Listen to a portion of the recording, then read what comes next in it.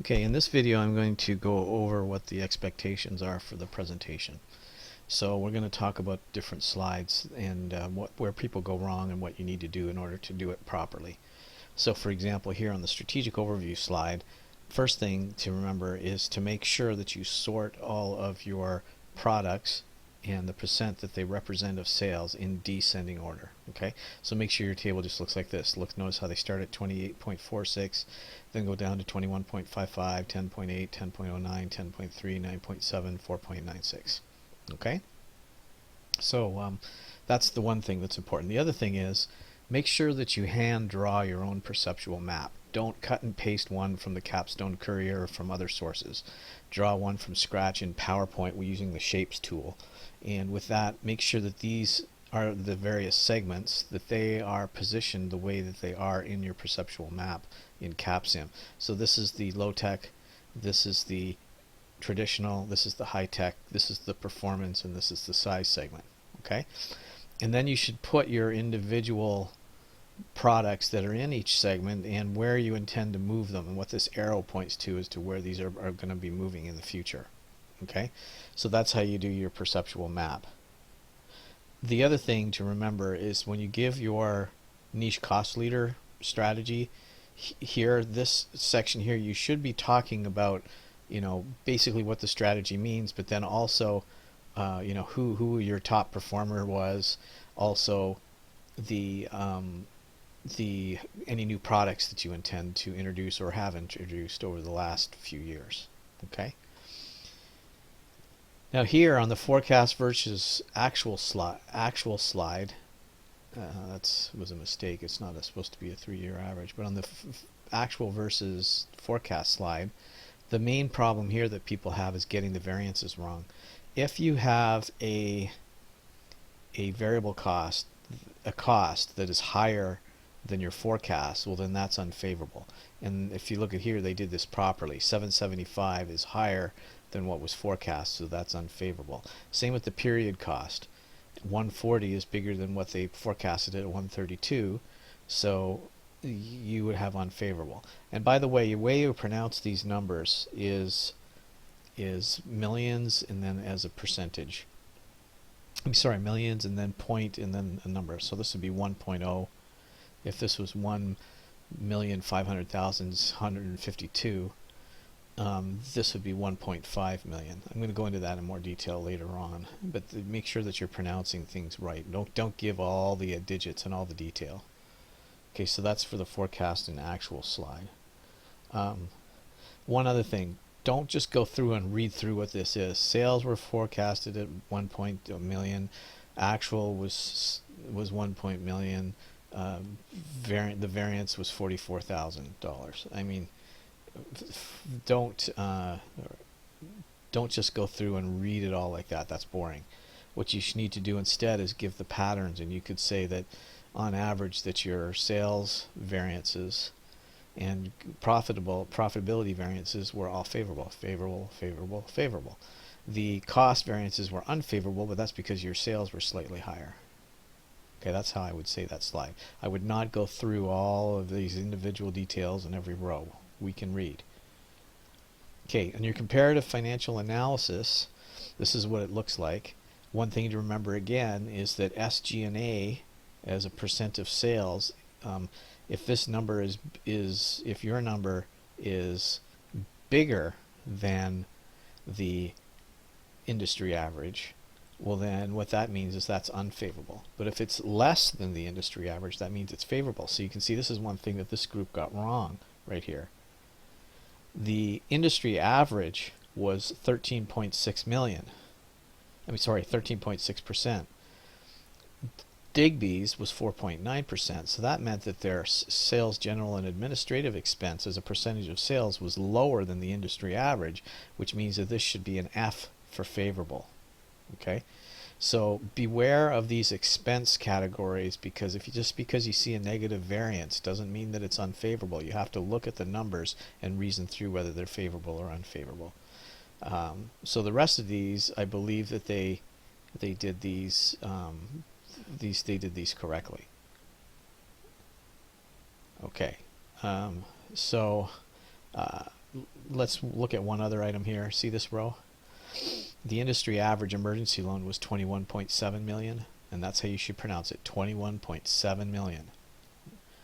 And theirs was only 12.3 million. So even though it's not a great thing that they had an emergency loan, the fact that their emergency loan was lower than the industry average is favorable. So this should be an F for favorable as well. Again, just because it's negative doesn't mean that it's unfavorable. So get that? Industry average was 21.7. Their emergency loan was 12.3 million. So that should have been a favorable variance because it was lower than the industry average. So watch out for those things. Okay. So that's the comparative financial analysis. Let's go on to the next one, the competitive analysis. This is where you indicate all of your segments, your products, who your top competitor is, what your strengths are compared to the competitor, and what your weaknesses are compared to the competitor. What I don't want you to do is to run through each row of data and just say what it is. Okay? Don't do any of that. What you should do instead is you should look for patterns. For example, one pattern that I see here is that no one company is their competitor in all segments, except that's what I would say here. The other thing I would say is that their main competitors are Aft in performance, Chester in low tech, and Bake and Baldwin in traditional. Then I would look for patterns in here, and I noticed that price is a strength of theirs in 3 out of the 4 segments in which they're competing, since they're not competing in the high tech. In terms of weaknesses, customer accessibility is a pretty strong weakness for them, because in 3 of the 4 segments that's a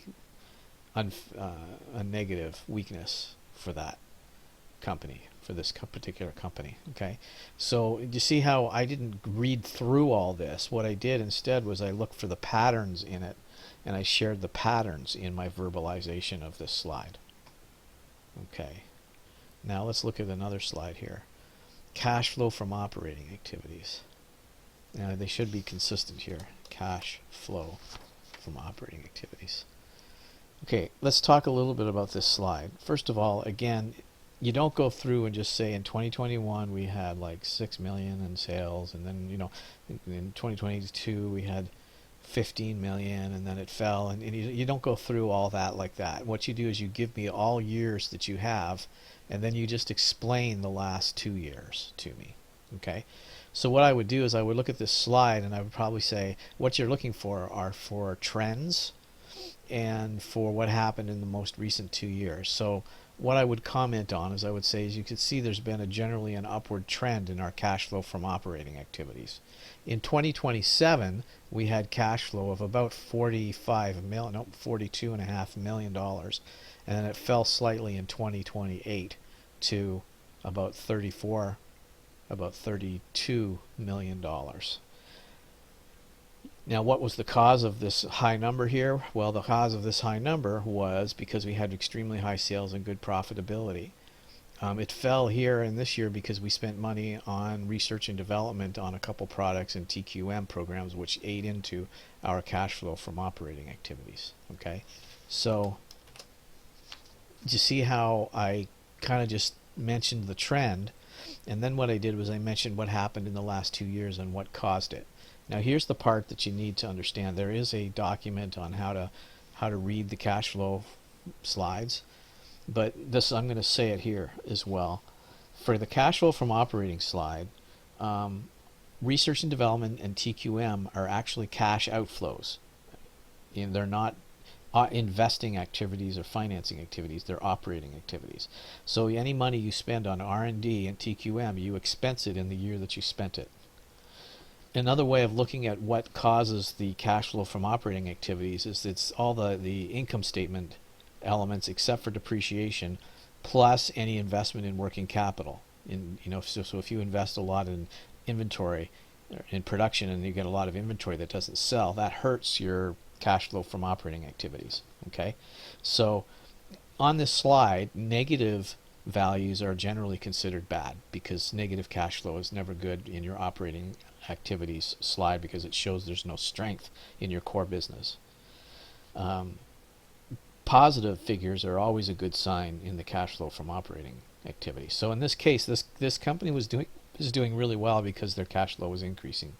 But you also have to explain what caused these numbers. So what would cause a positive inflow? Strong sales and profitability would do that. What would cause sales to slip? Cash from operating activities to slip? Well, it could be that they invested a lot in TQM and research and development in that year, and that caused them to fall. Or it could be that sales fell, and therefore profitability fell compared to the previous year. But make sure that you get what made these two values tick part of your presentation. You've got to tell me the story behind these numbers. Don't just read off the numbers. Okay, cash from investing. This is a cash from investing slide. The thing you got to be aware of here is that negative values, and these are all negative or zero in this case, negative values are not a bad thing in a cash from investing slide. Cash from investing means that you spent money, if it's negative, on one or both of two things. Capacity, which is equipment that increases your first shift capacity, or automation, which is replacing human performed tasks with equipment. Automation is not capacity. When you automate, you just convert manual labor capacity to machine capacity. It doesn't increase your capacity, it just converts it into a cheaper form of production. Okay, so remember that. Capacity adds to your first shift capacity and the number of units you can produce. Automation replaces human labor with equipment but doesn't influence capacity. But investment in capacity and investment in automation are the only two things that will affect this slide. And if these values are negative, it doesn't mean it's necessarily bad either. It's just describing what happened. What I'd like to say is that on a cash flow from investing activity slide, negative or positive cash flows are not bad. They are just descriptive of what happened. In this case, from 2023 to 2027, they invested, in capacity and automation, and then they did a huge investment in 2028. And this stands out here. They'd have to talk about what happened in 2027 and 2028. What products did they spend money on capacity for? What products did they spend automation money on? Comment on those in the last 2 years. You give me all 8 years, but you only describe the last 2. Okay? So that's about all that I have to say about that.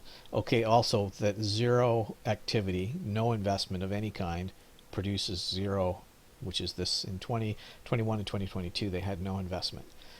If you get a positive figure in your cash flow from investing slide, it meant that you sold capacity. That's the only reason that you will get a positive figure, because that generates a positive inflow, is if you sell capacity. And so remember, only capacity and only automation spending is what goes into this particular slide here, nothing else.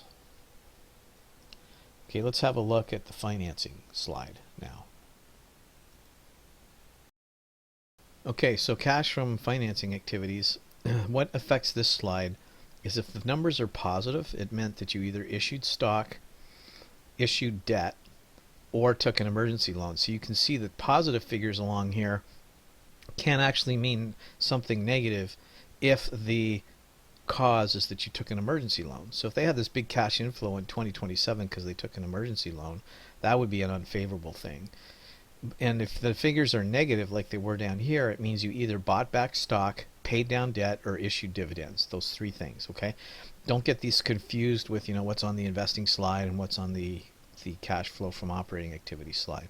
So you could see that values on this really are neither positive, negative, or neither good or bad. They're just descriptive when you think about cash flows on this particular slide. It's not like the operating cash flow slide, which positive is good and negative is bad. You can't say that when it comes to this slide. This is just describing where your sources of financing came or went from.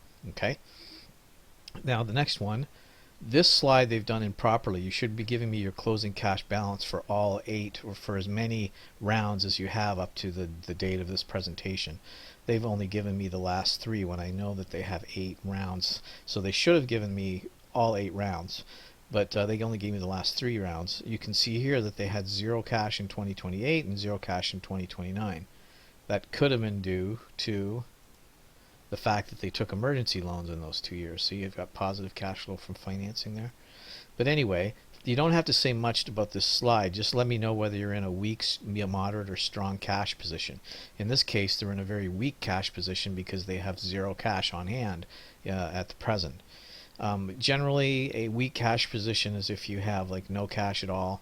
A moderate cash position if you have 0 to 5% of your sales in cash, and a strong cash position is if you have 5% or more. And that's really all you should mention, is just how strong your cash position is on this particular slide. Okay. I don't see, there's not much on here other than you should be graphing the growth and make sure it's very clear what is industry growth and what is your own company's growth. And they've got that clear through this legend here at the bottom. Okay, there are other slides, but they're generally well done, so I'm not going to talk about them. But you should make sure that you understand how to present these slides using the concepts that I've shared here, so that you do well, because you do this presentation 4 times throughout the life of this course. Thank you very much. Bye.